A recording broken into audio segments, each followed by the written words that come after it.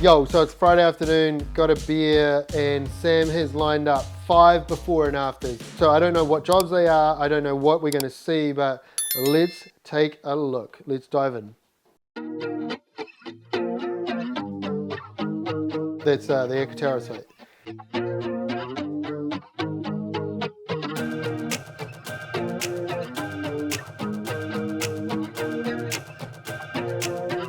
Yeah, I remember that day, marking it out.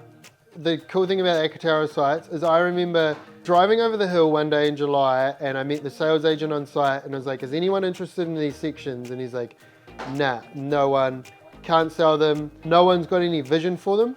And I remember seeing this section and 2 others and I was like, I'm gonna put them under offer. It wasn't like instantaneous, like the week after I remember driving down the motorway and I was like, if those sections are only 400 and something thousand, as I know that's a lot of money, and they're beautiful and they're rural and they've got amazing outlooks, and a little section in Central Upper Hutt is going for 400,000, I reckon that I could move those 3 sections.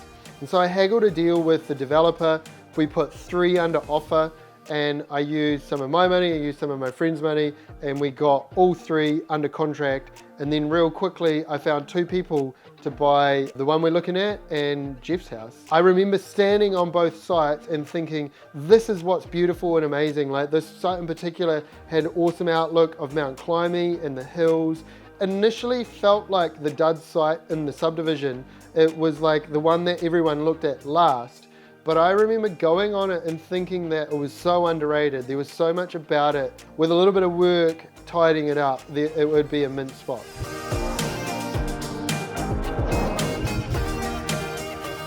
And there's the house we built. I'm real proud of the schist, and I think what's real cool about the schist is that it was supposed to be cedar. And then over lockdown, we couldn't even get any logs into the country, and I was looking at alternatives, and we came up with this idea, like, why don't we look at a natural product to tie it in with the land? Somehow we got on to this hard as rocks product. I think it really makes it, really sets the scene, ties it in with the land, makes it look amazing. I think what was really cool about this house is that we got to do the total package. We did the deck, we did the outdoor patio, we were there right at the end with the digger, getting all the lawn areas ready and the swim spa area and cutting in the driveway, and to take it from this like dud site to this best site in the subdivision, I think is a real cool process to be a part of. Jeff's site's amazing too. There's lots of periods in the middle where I was like, how is all this vision gonna come together? But it did. The kitchen's amazing, the floor's amazing, the fireplace is amazing, how the inside connects to the outside, the spaces, it's definitely an awesome home and it's so cool to have been a part of it. Quick shameless plug, check out the start to finish video here, which is quickly becoming one of our more popular videos. Right, house 2.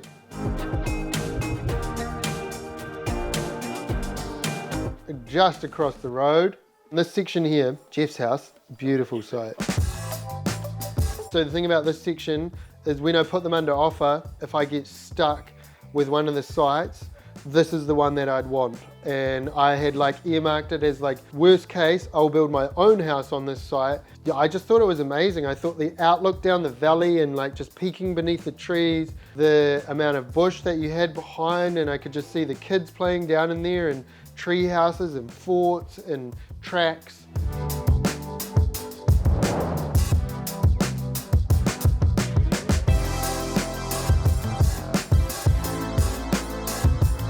Jeff's made it even more epic than I originally thought it could be. He's extended out the lawn area, he's got the spa and the sauna down in the woods, and I just think like, man, what a sweet spot. I think one of the real cool things about this house was that Jeff had a real clear brief from day one, and he had a real firm upper limit budget, but he was willing to make trade-offs and compromises to make that happen.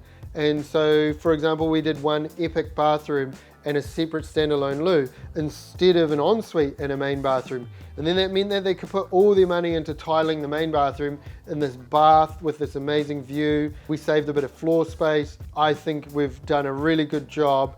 For 190 squares, they've got a lot of livable space, and it's awesome the way that it sits on the land. It's a really cool testament to like how smart design and a great builder-client relationship can produce an awesome result.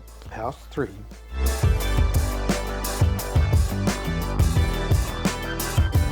Oh, yep. Papacofi.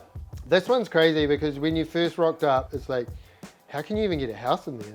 And it was a slope. I think it's a great example of like when things are overgrown and they're messy and you just take for granted how much space you really have. Like I remember even the clients were like, do you think we're crazy for doing this? And I was like, nah, if you can get a house in your backyard with the view of the inlet, why would you not? It's like a jigsaw puzzle. You like, we'll change this and we've got to do this and we can't get a turning circle, so we're going to move this around, and yeah, turning a nothing space into something. So the neighbors have like terraced their backyard, which means you can actually like play on it. Access sucked. We couldn't even really get trucks down to where we were working properly, but yeah, see that view of the inlet and then Mana Island behind there, like amazing.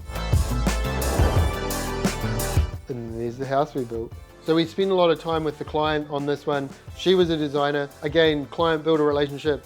We looked at like 3 or 4 different ways of resolving the foundation issue. Was it all going to be a concrete slab? Was it just going to be the garage and then a timber subfloor? Do we put a retaining wall right out the front and then a riprap slab on that? In the end, we came up with the idea to do the block wall and a retaining wall at the back. So I think the block wall was 1.4 high and the retaining wall was 1.4 high, and then we created like a flat section. Pretty cool, very cool. I think the other cool thing about this design is that the master was on one side of the house and the kids' rooms were on the other.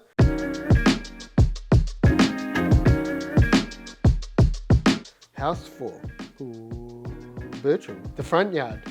We went from the backyard at Papacofi to the front yard in Birchall.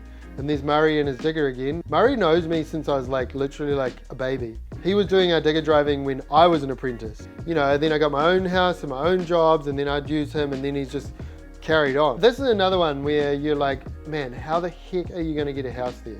But, and again, a lot of it is just using dead space creatively. You're adding a second dwelling to the housing system where there was just one. What's cool is that house 1 and 2 were in new subdivision, rural subdivision. House 3 and 4 are like subdividables. And I think that's kind of represents a bit of our work. Is like, it's about 50-50 of easy walk-on sections and these real gnarly subdivisions.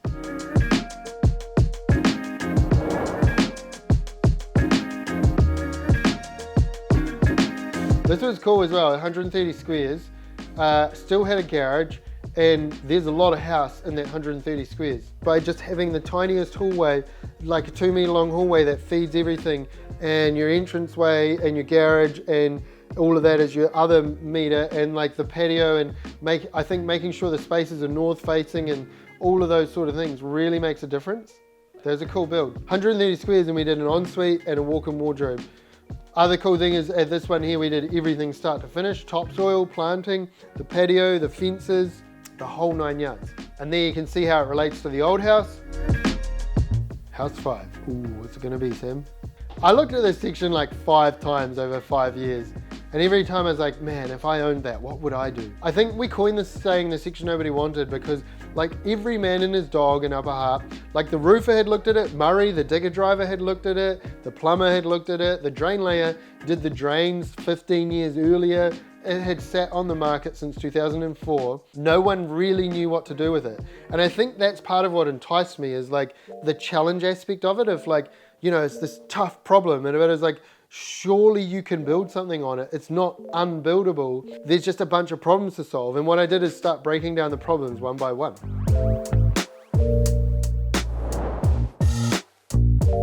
At the front point, we're 5 meters out of the ground. You're floating in the tree canopy, and you're looking at this epic view across the valley that you never really stopped to appreciate. I think another thing we did is, once the frames were up, we went around and we decreased some of the window heights. And it sounds crazy, but by decreasing the windows, we put more emphasis on certain trees and certain outlooks, and we blocked out things like the driveway and the neighbors. It just gives you this illusion that you're in your own little private oasis floating in the trees. Beer nook. We're going to turn that into a gin nook soon. Double shower, a must-have in any ensuite, in my opinion. Studio, been used a lot by family and friends. When you're nailing off plywood sheets and you're up late painting and all of those things, remember to stop and think about how many future people will be blessed with the space that you're building. Remember this drone shot, Sam, where it's like, we need to fly it outside like Grand Designs?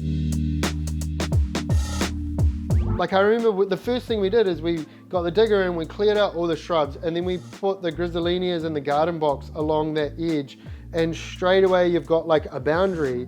And now those gristillinias are like 2 meters high, and this big long green wall just covering this bit of the section that had this old crib retaining wall and looked quite like utilitarian, and now it looks like soft and lush. I really get a kick out of turning up on day one and seeing what something can become. It's a privilege to be a part of that process. It's just like making a video, but your creation gets to stay there for 100 years plus. And I think that's such a cool, rewarding, exciting process to be a part of.